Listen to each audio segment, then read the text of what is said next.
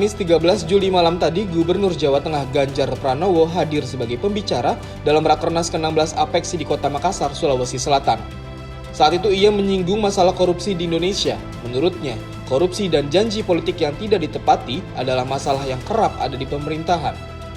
Melayani masyarakat adalah sebuah keharusan sebagai pemerintahan yang baik.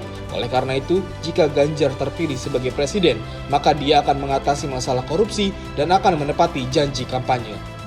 Dengan poin seperti itu, demokrasi yang lebih baik tadi, statementnya di beliau berdua tadi bagus.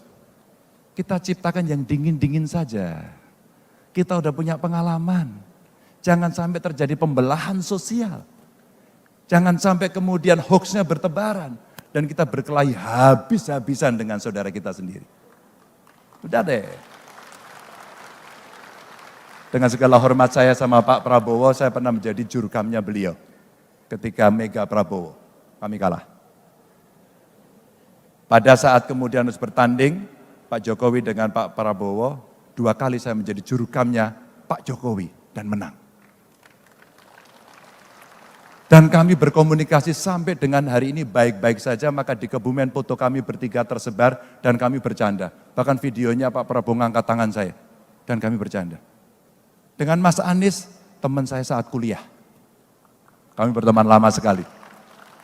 Maka kalau ledek-ledekan, kita ledek-ledekan gaya mahasiswa waktu di UGM dulu. Asik-asik aja kan? Dan waktu naik haji kemarin kami bareng-bareng satu hotel, tiap hari makan sarapan bareng, kita bercanda selalu.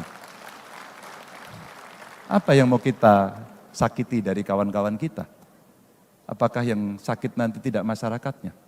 Tidak bangsa dan negaranya. Padahal tantangannya demokratisasi, transformasi digital yang belum tuntas, kecepatan infrastruktur teknologi informasi kita masih sangat lambat, dan kemudian di remote area belum bisa mengakses, sementara anak-anak muda yang tadi Kang Bima kumpulkan tadi, dia butuh itu untuk dia bisa mengembangkan seluruh potensinya. Apakah tidak itu yang lebih baik kita pikir? Karena kontestasi 5 tahunan itu adalah loyalitas 5 tahunan. Besok kita akan berjumpa lagi atau kita akan lawan lagi. Apa yang terjadi? Pak Prabowo dan Mas Sandi ikut dalam pemerintahannya Pak Jokowi dan kita harusnya berpikir itulah damai, itulah peace, itulah kita mesti membangun yang ada. Sedangkan kita ditantang pada ekonomi hijau dan ekonomi biru yang kemudian kita harapkan kita bisa naik karena skor kita masih rendah.